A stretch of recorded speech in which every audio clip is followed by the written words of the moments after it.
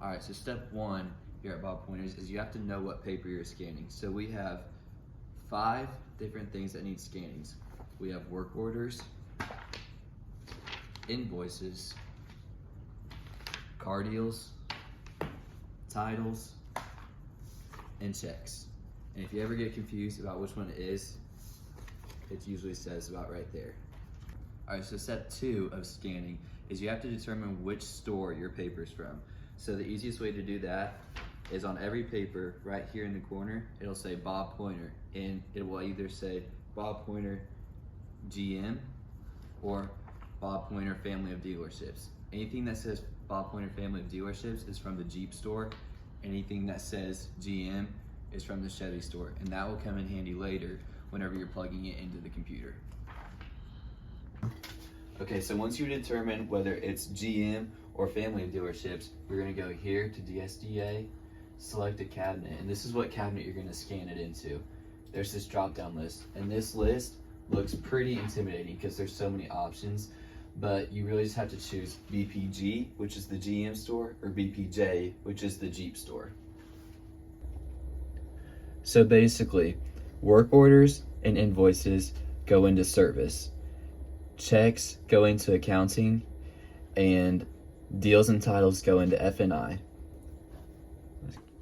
All right, once you've selected your cabinet, it's time to scan. As you can see, this is Bob Poynter Family of Dealerships, and it's a work order. So I'm gonna go here, BPJ, service, scan, and to get ready to scan, tap it 3 times, flip it over away from you, and we're gonna fan it to get the papers like this.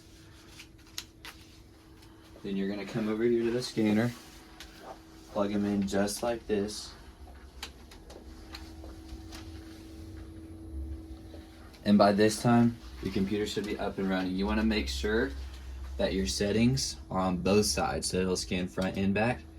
Then you're gonna hit acquire to get it scanned. And you wanna make sure none of your papers double up.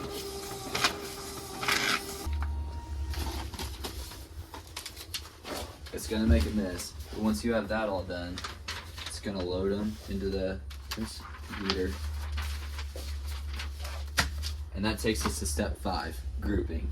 You have every single work order or anything has a number at the top, okay?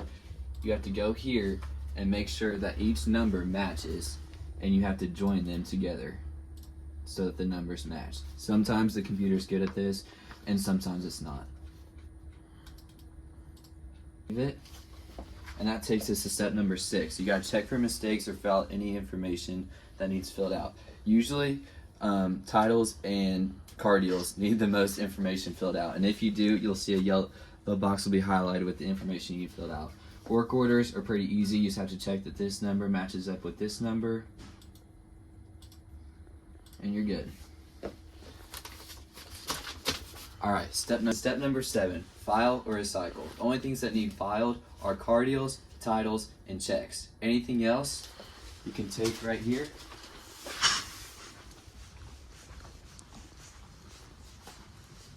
and throw it in the recycle bin. As you can see, me and my buddy Dylan have a lot of work to do. There's always something to do because without us scanners, nothing gets done.